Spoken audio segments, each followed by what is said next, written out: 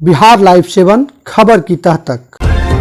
आजादी की 75वीं वर्षगांठ पर युवा कांग्रेस द्वारा शहीद स्मृति सम्मेलन एवं जिला कांग्रेस द्वारा आयोजित कांग्रेस के 137वीं स्थापना दिवस समारोह एक निजी रेस्ट हाउस में जिला कांग्रेस के अध्यक्ष हरिनारायण द्विवेदी, युवा कांग्रेस के कार्यकारी अध्यक्ष राजकिशोर यादव के अध्यक्षता में समारोह पूर्वक मनाई गई।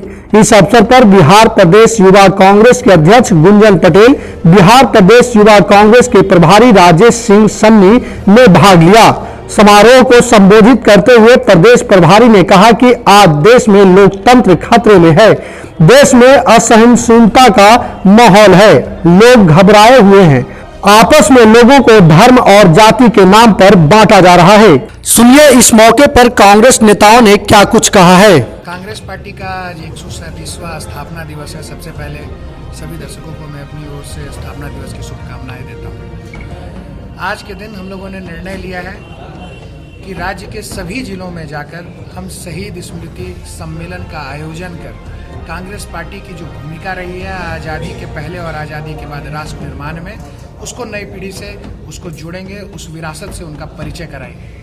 इसलिए आज इसी क्रम में आज हम लोग आज जहानाबाद पहुंचे हैं और इसके बाद जिले के बाद सभी विधानसभा स्तर पर और प्रखंड स्तर पर भी इस तरह के कार्यक्रमों का आयोजन किया जाएगा। जिस तरह देश में फिरका प्रस्ताकत कुछ उद्योगपतियों को फायदा पहुंचाने के लिए इतिहास को तरोड़ मरोड़ रही है और इस तरह की नीतियां बना रही है जिससे आम आदमी परेशान है। हम लोगों ने देखा कि कैसे देश के सारे किसान दिल्ली में जमा होना पड़ा उन्हें। 1 साल के लंबे आंदोलन के बाद जब वो जो काले कानून वापस लिए गए, महंगाई और बेरोजगारी से आम आदमी की क्या स्थिति हो गई है वो किसी से अछूता नहीं है। इसलिए बिहार प्रदेश युवा कांग्रेस आज सभी जिलों में जा रहा है, सभी पंचायतों में जाएगा, सभी गाँव में जाएगा और नई पीढ़ी को अवगत कराएगा कि कैसे कांग्रेस पार्टी ने खून पसीने से सिंचाई कर इस देश को यहाँ तक पहुँचाया। तो ये आज़ादी के 75 वर्ष के बाद भाजपा जो है वो अमृत सम्मेलन मनाती है, कांग्रेस जो है वो युवा सम्मेलन शहीद स्मृति सम्मेलन मना रहा है। क्या दोनों अलग अलग है या? देखिए, हम लोग सभी जानते हैं कि भारतीय जनता पार्टी का क्या योगदान रहा है देश की आज़ादी में। और जब देश आज़ाद हुआ इतने लंबे समय तक कांग्रेस जनों ने अपने खून पसीने से, लाल बहादुर शास्त्री, उसके बाद इंदिरा गांधी, राजीव गांधी जी ने कैसे कैसे किन परिस्थितियों में देश को यहाँ तक लाया जब देश हमारा विकसित देशों की पंक्ति में आगे आ खड़ा हुआ था। उसके बाद ऐसी परिस्थिति में भारतीय जनता पार्टी जिस तरह से नीतियाँ बना रही हैं, इनका उद्देश्य केवल और केवल अपने कुछ उद्योगपति मित्रों को फायदा पहुँचाना है। और उसका अगर किसी का शोषण हो रहा है तो आम जनता का, युवा परेशान है, रोजगार नहीं मिल रहे हैं। पहले ही कोरोना के कारण कितनी कुव्यवस्था मची हुई है, लोगों को अपने जान गंवाने पड़े, पूरी अर्थव्यवस्था बेपटरी हो गई।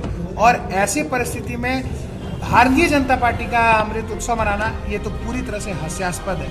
भारतीय जनता पार्टी को आज भी चाहिए कि वो जनता से माफ़ी मांगे और पिछले 7 साल 8 साल के अपनी कुकृत्यों का हिसाब दे। और जिस तरह से युवाओं को, खासकर युवा वर्ग को ठगा है, दिग्भ्रमित किया है केवल और केवल वोट पाने के लिए, जनता और युवा पूरी तरह से समझ चुके हैं। इसलिए समय आ गया है कि उन जितने भी पुरुषों ने आज़ादी के पहले और आज़ादी के बाद में राष्ट्र निर्माण में जो अपना योगदान दिया उसको हम याद करें और प्रण लें कि हम आगे आने वाले दिनों में अपना कैसे युवा अपना राष्ट्र निर्माण में अपना योगदान दें।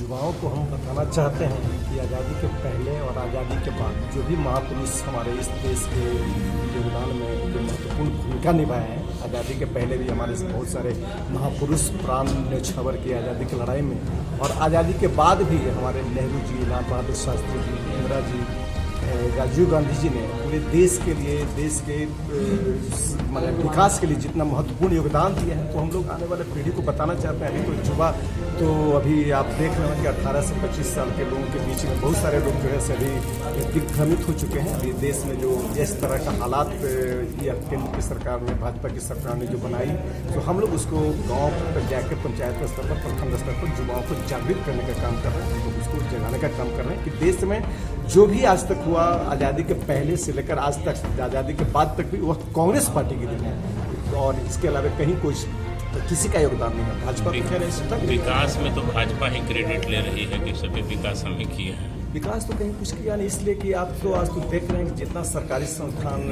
चाहे वह रेलवे हो, पेट्रोलियम हो, चाहे और भी सारा हवाई अड्डा हो, चाहे कुछ भी हो, सारा प्राइवेटीकरण कर रही है, सारा बेचने का काम कर रही है। कहीं कुछ सरकारी योगदान जितने भी हमारे जो संस्थान है वो धीरे धीरे बिक रहे हैं, तो योगदान इनका कहाँ कुछ जाता है। ये तो खरे झूठ मूठ का फैला रहे हैं, तो मैंने गलत कर रहे हैं, गलत फैला रहे हैं, अफवाह फैला रहे हैं, मात्र अफवाह फैलाने के अलावा उनके पास कुछ रहा नहीं।